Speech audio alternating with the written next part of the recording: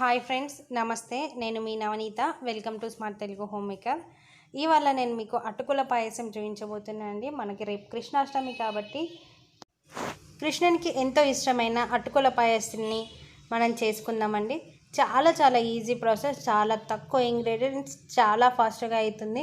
మన కృష్ణాష్టమి రోజు పెద్దగా మనము నైవేద్యాల కోసం ఎక్కువ కష్టపడాల్సిన అవసరం లేకుండా చాలా ఫాస్ట్గా కూడా అయిపోతుంది. అందుకోసం మనం ముందుగా కొంచెం నెయ్యి తీసుకోవాలి.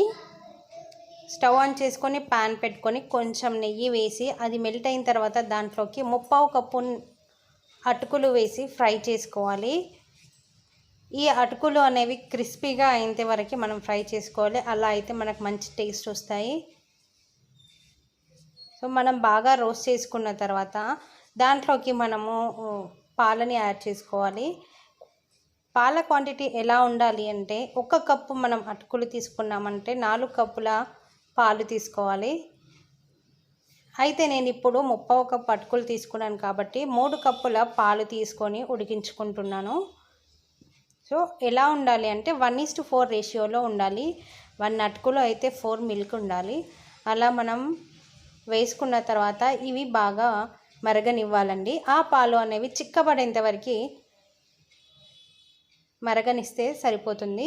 ఇప్పుడు మనం ఇంకో స్టవ్ మీద కొంచెం గీ వేసుకొని దాంట్లో డ్రై ఫ్రూట్స్ వేసుకొని రోస్ట్ చేసుకోవాలి. డ్రై ఫ్రూట్స్ అంటే నేనేం ఎక్కువ వేయలేదు. కొంచెం కాజు, 2 బాదం, 2 పిస్తా అలా వేసి డ్రై రోస్ట్ చేసుకుంటున్నాను. ఇవి ఇలా డ్రై రోస్ట్ చేసుకున్న తర్వాత మనం ఈ పాలు ఈ టైంలో ఇక్కడ పాలు కూడా దగ్గర పడుతూ ఉంటాయి. ఇలా పాలు కొంచెం దగ్గర పడ్డ తర్వాత దాంట్లోకి 1/2 కప్పు షుగర్ వేసుకోవాలి. 1/4 కప్పుకి 1/2 కప్పు షుగర్ వేసుకుంటున్నాను. అంటే మనం తీసుకున్న అటుకుల సైజ్ కంటే కొంచెం తక్కువ షుగర్ వేసుకుంటే టేస్ట్ అనేది పర్ఫెక్ట్గా వస్తుంది. లేదు మేము స్వీట్ ఎక్కువ తింటాము అని అనుకుంటే ఈక్వల్ క్వాంటిటీలో కూడా తీసుకోవచ్చు. ఇప్పుడు మనం ముందుగా రోస్ట్ చేసి పెట్టుకున్న డ్రై ఫ్రూట్స్ని దీంట్లో వేసి కలుపుకోవాలి. మనకైతే కొంచెం చిక్కబడిందండి. ఇప్పుడు దాంట్లోకి మనం ఒక చిటికెడు ఇలాచీ పౌడర్ వేసి కలుపుకోవాలి.